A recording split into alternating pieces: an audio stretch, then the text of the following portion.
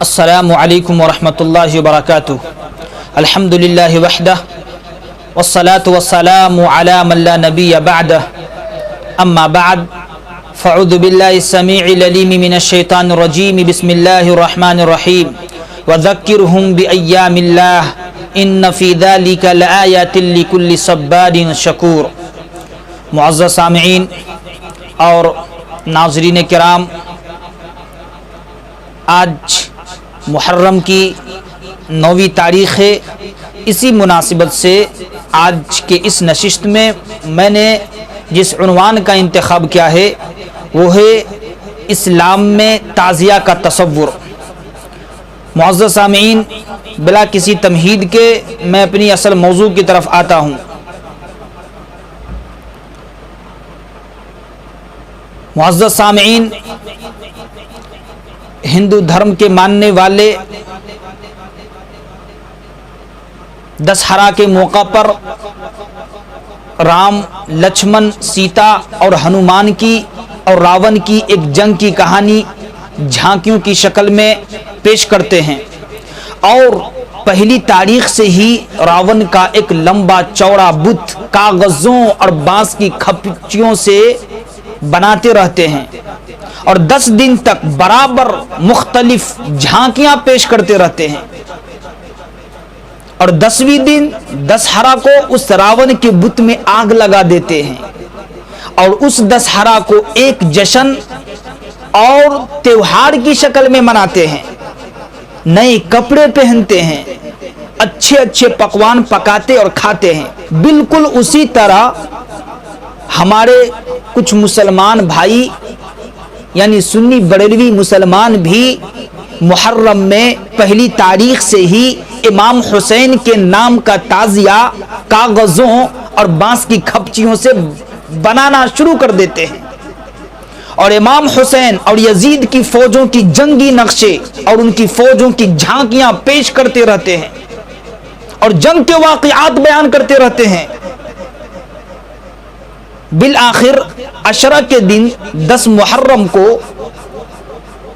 ایک جشن اور میلے کی شکل میں مناتے ہیں.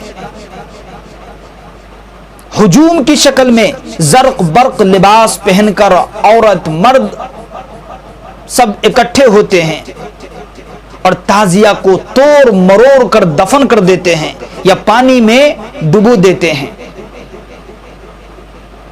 ہندوؤں کے یہاں بھی ایک جنگی داستان ہے اور یہاں بھی ایک جنگی داستان ہے. وہاں بھی 10 دن ہے، یہاں بھی 10 دن ہے، اور دسہرا کی طرح 10 محرم کو بھی اچھے اچھے پکوان پکائے جاتے ہیں، مٹھائیاں کھائی اور کھلائی جاتی ہے. معزز سامعین، اسلام کی تعلیمات کے لحاظ سے محرم اسلامی کیلنڈر کے حساب سے اسلامی سال کا پہلا مہینہ ہے. ہمارے سال کا آغاز خوشیوں سے ہونا چاہیے تھا، نہ کہ غمی سے. یہ دشمنان اسلام یہود و نصارہ کی سازش ہے کہ مسلمان اپنے سال کا آغاز خوشیوں سے نہ کرے بلکہ غمیوں سے کرے، اور شیعیت جو یہودیت کی پیداوار ہے اس کے ذریعے سے سنی مسلمانوں میں اس لعنت نے رواج پایا کہ محرم شروع ہوتے ہی ماتمی مجلسیں اور ماتمی پروگرام اور تعزیہ داری شروع ہو جاتی ہے، اور یہ محض خرافات ہے. اسلام اس کی تعلیم نہیں دیتا. محرم کے سلسلے میں اسلام کی تعلیم صرف یہ ہے کہ اس میں 2 روزے رکھے جائیں، 9 اور 10 محرم کا یا 10-11 محرم کا. اس کے علاوہ اور کوئی چیز اسلام کی تعلیم سے اس مہینے میں ثابت نہیں ہے. اللہ کے رسول صلی اللہ علیہ وسلم جب مکہ سے ہجرت کر کے مدینہ تشریف لائے تو آپ نے یہودیوں کو 10 محرم کا روزہ رکھتے ہوئے دیکھا، تو اللہ کے رسول جناب محمد رسول اللہ صلی اللہ علیہ وسلم نے یہودیوں سے پوچھا کہ تم لوگ یہ روزے کیوں رکھتے ہو؟ تو یہودیوں نے جواب دیا کہ اللہ تبارک و تعالیٰ نے یہودیوں کے دشمن فرعون کو 9 محرم کو دریا میں غرق کر دیا تھا، اس کے شکریہ کے طور پر حضرت موسیٰ علیہ السلام نے 10 محرم کو روزہ رکھا تھا، لہذا اس خوشی میں ہم یہ روزہ رکھتے ہیں۔ تو اللہ کے رسول صلی اللہ علیہ وسلم نے فرمایا کہ اس خوشی میں حضرت موسیٰ علیہ السلام سے ہم تم سے زیادہ موافقت کے حقدار ہیں، اس لیے آپ نے خود بھی روزہ رکھا، سارے مسلمانوں کو روزہ رکھنے کا حکم دیا۔ اس طرح یہ روزہ ابتدائی اسلام میں گویا کہ فرض تھا، بعد میں جب اللہ تبارک و تعالیٰ نے ماہ رمضان کے روزے مسلمانوں پر فرض کر دیے تو اس کی فرضیت ختم ہو گئی، البتہ استحباب باقی ہے، جو چاہے رکھے جو چاہے نہ رکھے۔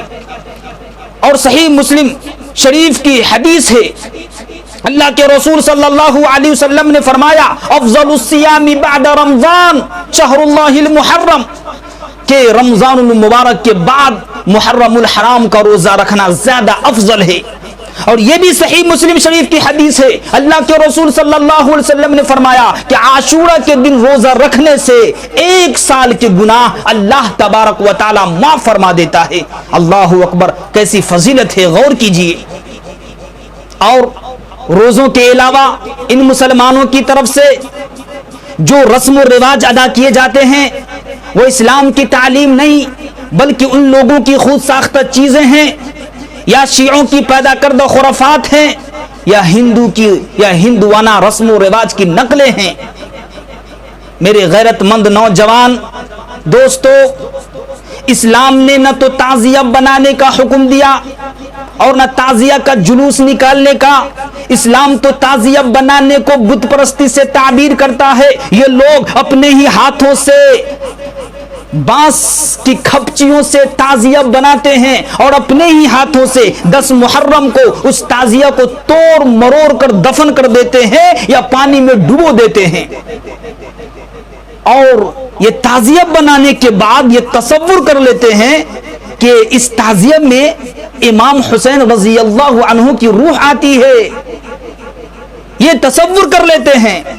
اور یہی نہیں بلکہ اس عقیدے کے تحت اپنے بچوں کو تعزیہ کے نیچے سے گزارتے ہیں اور یہ سمجھتے ہیں کہ اس طرح کرنے سے ہمارے بچوں پر سال بھر تک امام حسین رضی اللہ عنہ کا سایہ رہے گا۔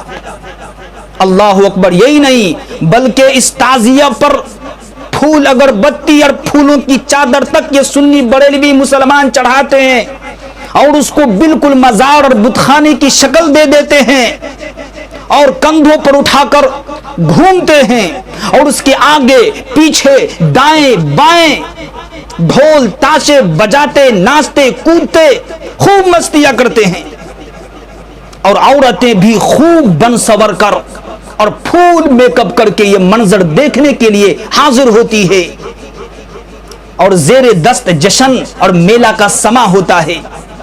کفار و مشرکین عرب جس طرح میلہ لگاتے تھے، ہندوستان کے ہندو جس طرح دسہرہ کے موقع پر جشن مناتے ہیں، مرد عورت اور بچے سب میلے میں شریک ہوتے ہیں، اسی طرح یہ مسلمان اور ان کی عورتیں اور بچے سب میلے میں شریک ہوتے ہیں اور خوشیاں مناتے ہیں۔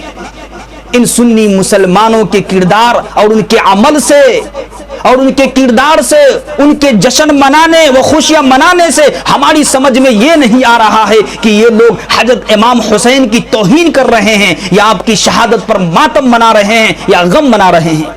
ہندو لوگ تو راون کا پتلا بنا کر آگ لگا دیتے ہیں، ان کا مقصد تو راون کی توہین کرنا ہوتا ہے، اس لیے رام کی فتح اور راون کی شکست پر وہ لوگ خوشیاں مناتے ہیں۔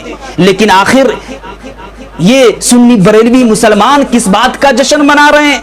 حضرت امام حسین کی شہادت کا جشن منا رہے ہیں یا حضرت امام حسین کی شکست پر خوشیاں منا رہے ہیں؟ انہیں کچھ پتا نہیں کہ ہم کیا کر رہے ہیں، چونکہ زیادہ تر ان میں سے جاہل اور گوار قسم کے لوگ ہوتے ہیں، اور اگر کچھ پڑھے لکھے بھی ہیں تو وہ بھی ماحول کے اندر گھل مل کر جاہلوں میں جاہل اور گواروں میں گوار بنے رہتے ہیں، اپنی عقل سے اور سوجھ بوجھ سے بہت کم کام لیتے ہیں۔ اللہ تبارک و تعالی ایسے مسلمانوں کو دین کی صحیح سمجھ اور فہم عطا فرمائے۔